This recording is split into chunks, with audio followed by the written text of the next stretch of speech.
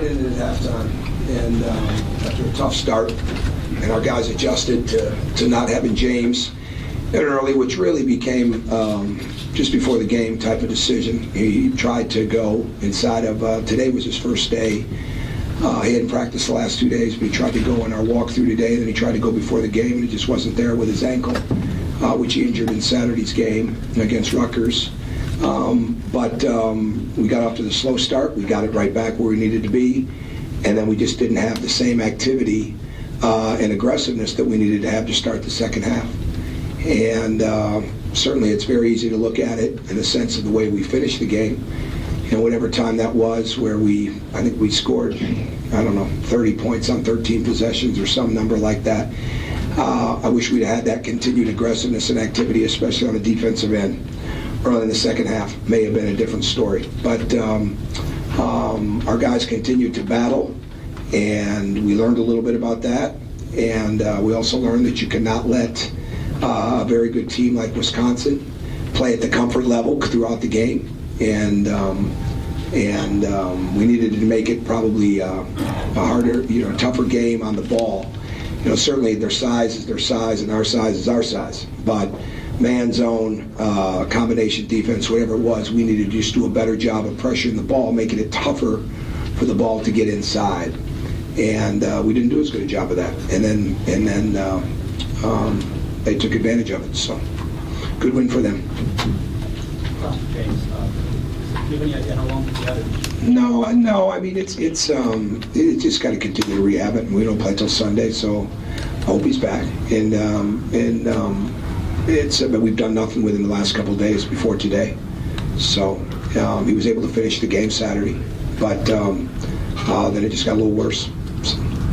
I guess I was going to follow up on that, but was it something where I guess because it was loose Saturday, it wasn't so bothersome, but when you come back the next day, the day after, kind of swell up? Yeah, I don't remember the exact time. He heard it late in the game, and he finished the game, and then it just got a little worse that night, and then into the next morning. So they treated it right away after the game, and he was there.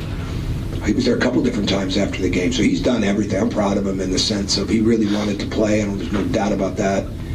And just couldn't do it. It just wasn't able to put that pressure down. So long season, and we would have liked to have him.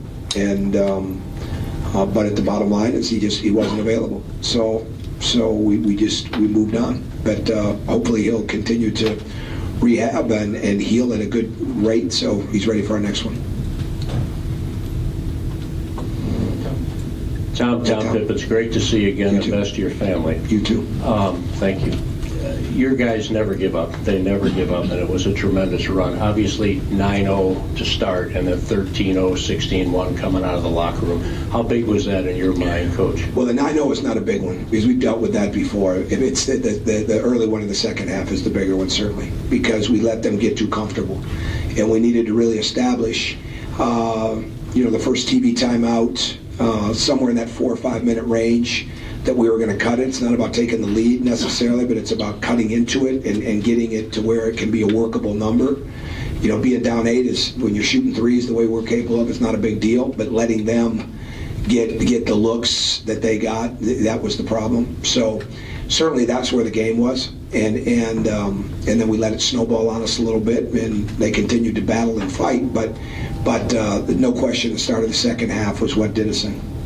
Tom, you got down 32, but you cut it to 12. What does that show you about this ball club? Well, they're capable of doing it earlier is what it shows it to me. But I mean, they did a good job. We were we got great looks. We continued to push the ball.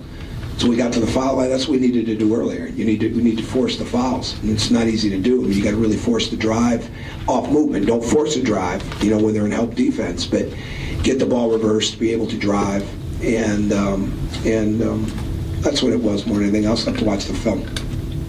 I guess, sorry, Tom, going back here. You talked about that start to the second half. I think you started slow against Purdue, maybe Michigan State as well, out of halftime in those games. Are there similarities that you can look at and say, and kind of diagnose, we've had some of the same problems coming out of halftime in some of our Big Ten losses, or is that something that maybe we need to look at the film? That's a good question. I think it's more, we had a slow start at Illinois and we ended up winning the game. I mean, I think every game is different.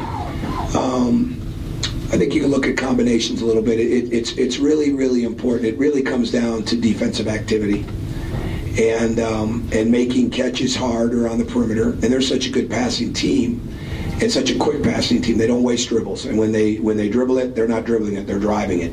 And they're very good at that. So you've got to account for everybody, and everybody is on their team is able to play at the rim. They're able to play in the mid-range. They're able to play off the three, off the ball, or with a three. They're able to play off the ball screen.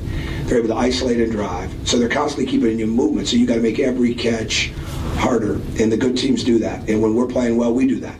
So I think it's just our activity defensively, and then making sure that our rotations are good.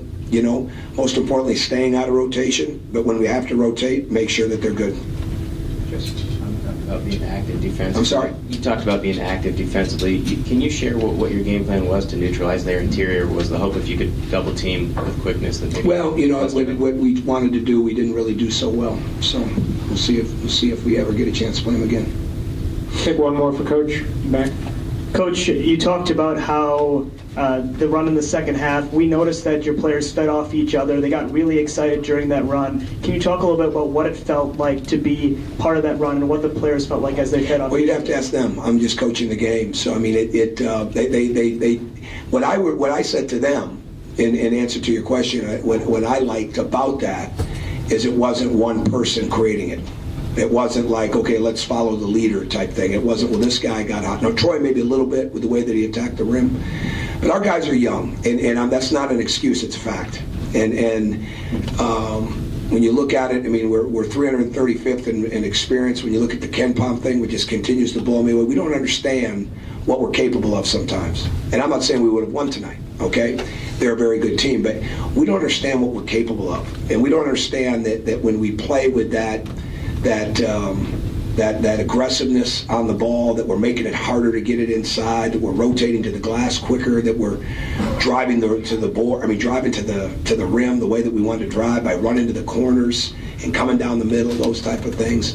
That's good. And when it's everybody doing it, that's something to build on. So that's what I would take from that. I like that it wasn't one guy got hot and everybody watched them and fed off that. They all played right.